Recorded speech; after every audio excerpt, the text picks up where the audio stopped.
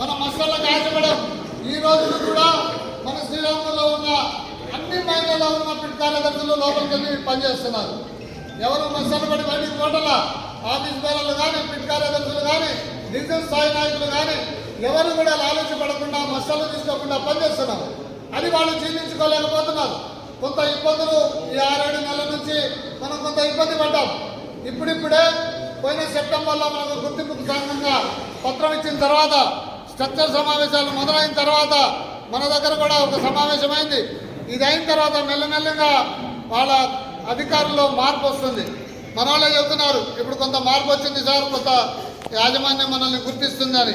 అదేవిధంగా మన నాయకులతో డివిజన్ స్థాయి నాయకులతో అందరూ పిట్ సెక్రటరీలతో ఒక కోఆర్డినేషన్ కమిటీని ఏర్పాటు చేసి జీఎం గారి దగ్గర అందరు హెడ్ ఆఫ్ ది డిపార్ట్మెంట్స్ ముందు మన సీతారామయ్య గారు వచ్చి మన విధానాలు మన ఎలా ఉంటుంది అనేది అన్ని వివరించడం, యాజమాన్యం కూడా సానుకూలంగా స్పందించి సరే మీతో పాటు కలిసి వస్తామని వాళ్ళు కూడా మనకు కొద్దిగా సానుకూలంగా ఉన్నారు. వాళ్ళకి తప్పదు, 1 నెల కాకపోతే 2 నెలలు కాకపోతే 3 నెలలు, కానీ ఎట్టి పరిస్థితుల్లో కోడ్ ఆఫ్ డిసిప్లిన్ ప్రకారం వాళ్ళు తప్పకుండా మన మాట వినాల్సిందే. స్ట్రక్చర్ సమావేశంలో మనం పెట్టిన దానికి వాళ్ళు 100% చేయకపోయినా 60-70% అయినా చేయాల్సిందే.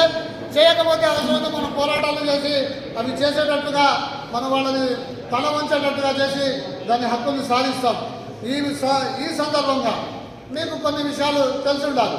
మనం ఏమవుతుందంటే మనలో ఉన్న వాళ్ళతో కంపేర్ చేసుకొని పాత టీవీజీ చేసేవాళ్ళు మస్తలు పడి వెళ్ళిపోయారు. 10 మంది 5గురు బయట తిరిగేవాళ్ళు, వాళ్ళు ఇష్టం వచ్చినట్టు తిరిగేవాళ్ళు అని వాళ్ళని చూసి కంపేర్ చేసుకొని మనం కూడా మనకు అట్లా జరగటం లేదు కాబట్టి మనకు ఏం పనులు జరగటం లేదని కొంతమంది మన నాయకుల స్థాయి వాళ్ళే మా ఇళ్లలో అరే మనకేం పని కావట్లేదని ఆ పిట్ సెక్రటరీ మీద గొడవ చేయడం, పిట్ సెక్రటరీ వచ్చి మా మీద గొడవ చేయడం ఇట్లా జరుగుతుంది. మీరు గమనించాలి. అట్లా అరాచకం సృష్టించారు కాబట్టే టీవీజీ కేసు వాళ్ళు ఓడించారు. చివరికి టీవీజీ కేసు ఎలక్షన్లలో నిలబడటానికి కూడా భయపడి వాళ్ళు ఎలక్షన్లలో నిలబడలేదు. మన యూనియన్ అట్లా ఉంటుందా? పరిస్థితి ఉంటుందా? మనం ఉంటామా? అట్లా మనం ఉండగలుగుతామా? అట్లా ఉంటే 12 సంవత్సరాలు యూనియన్లో ఎందుకు ఉండేవాళ్ళం? ఎన్నో కష్టాలు నష్టాలు వచ్చినా అంత లాస్ అయ్యి కూడా ఎందుకు ఉండేవాళ్ళం?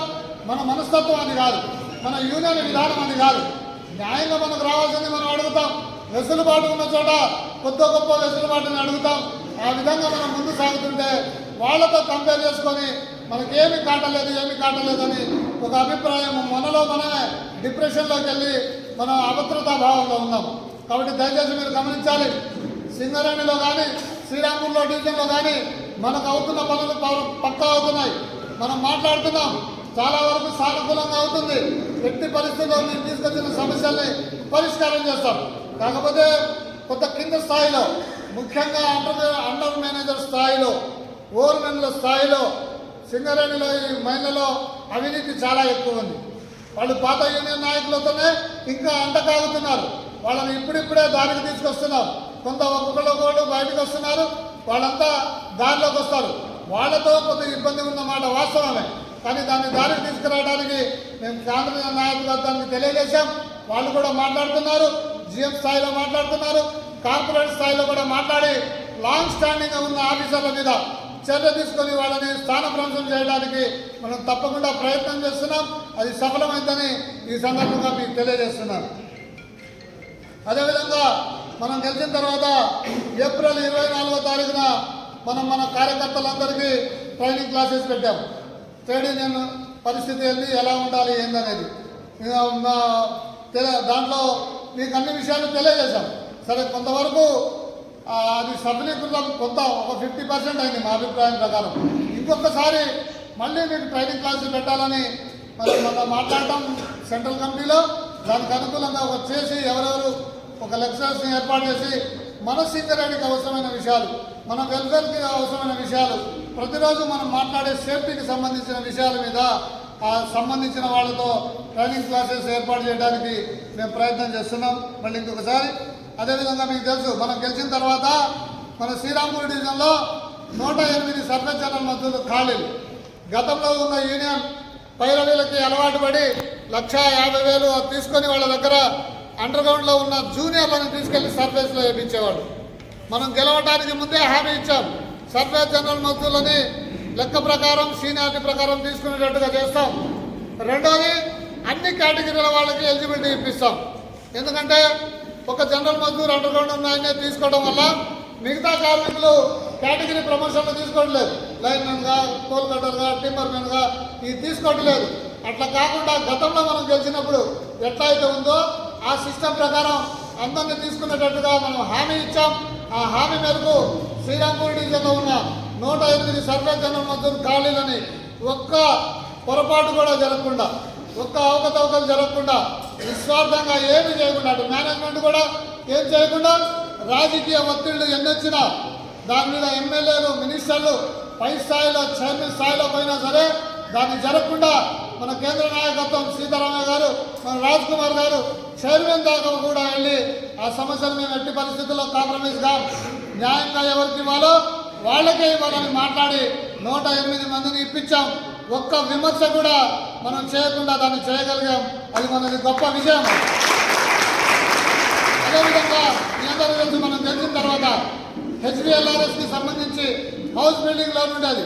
గతంలో ఏముండేది, మనం బిల్డింగ్ లోన్ తీసుకున్న తర్వాత 1 సంవత్సరం లోపల మనం అప్లికేషన్ పెట్టకపోతే మీ అప్లికేషన్లు చెల్లవని పక్కన పడేశారు. అదేవిధంగా 8.5% కన్నా తక్కువ ఇంట్రెస్ట్ ఉంటే మనం లోన్ తీసుకున్నప్పుడు, ఎందుకంటే 18లో, 19లో, 20లో కోవిడ్ పీరియడ్లో 6.5, 6.7, 6.8 ఉండే.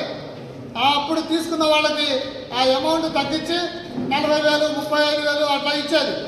దాన్ని మనం వచ్చిన తర్వాత కార్పొరేట్లో మాట్లాడి మన నాయకత్వం సర్కులర్ ఇప్పించింది. ఎప్పుడు తీసుకున్నా ఇప్పుడు 8.5 కన్నా ఎక్కువ పర్సెంటేజ్ కడుతున్నాడు కాబట్టి 8.5% కట్టాలి అని దాన్ని సర్కులర్ ఇప్పించాం.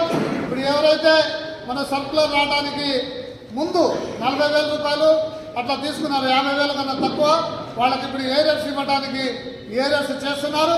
ఆ తర్వాత ఉన్న వాళ్ళకి 50,000 రూపాయలు అందరికి వస్తున్నాయి.